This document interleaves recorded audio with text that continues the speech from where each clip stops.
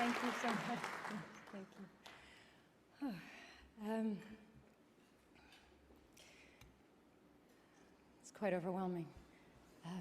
Thank you to the members of the Academy for this honor, my dear friends who are here tonight, Jenna and George, for your kind words, to my hero, Louis Zamperini, to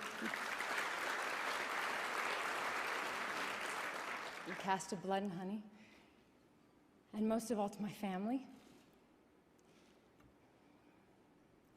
my love. Your support and your guidance make everything that I do possible.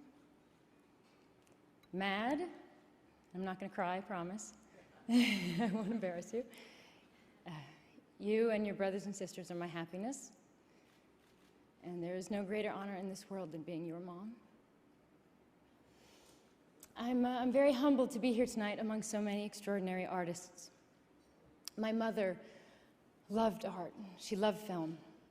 She supported any crazy thing I did, but whenever it had meaning, she made a point of telling me that is what film is for.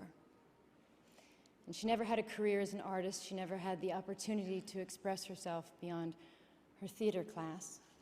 But she wanted more than for herself. She wanted for Jamie and I to know what it is to have a life as artists. And she gave us that chance. She drove me to every audition, and she would wait in the car for hours, always make me feel really good all the times I didn't get the job.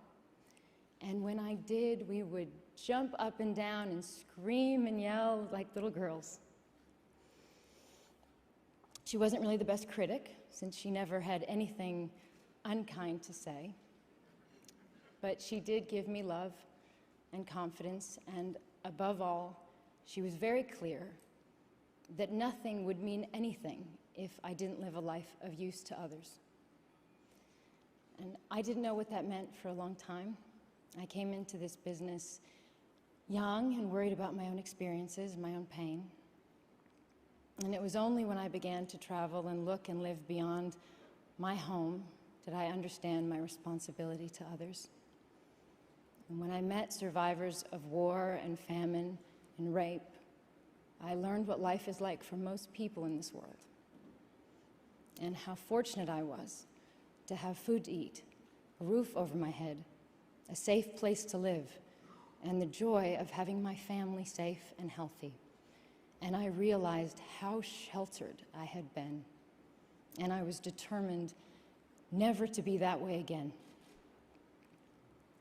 We are all, everyone in this room, so fortunate. I have never understood why some people are lucky enough to be born with the chance that I had to have this path in life, and why across the world there's a woman just like me with the same abilities and the same desires, same work ethic and love for her family, who would most likely make better films and better speeches. Only she sits in a refugee camp, and she has no voice. She worries about what her children will eat, how to keep them safe, and if they'll ever be allowed to return home. I don't know why this is my life, and that's hers. I don't understand that, but I will do as my mother asked, and I will do the best I can with this life to be of use. And to stand here today means that I did as she asked, and if she were alive, she'd be very proud. So thank you for that.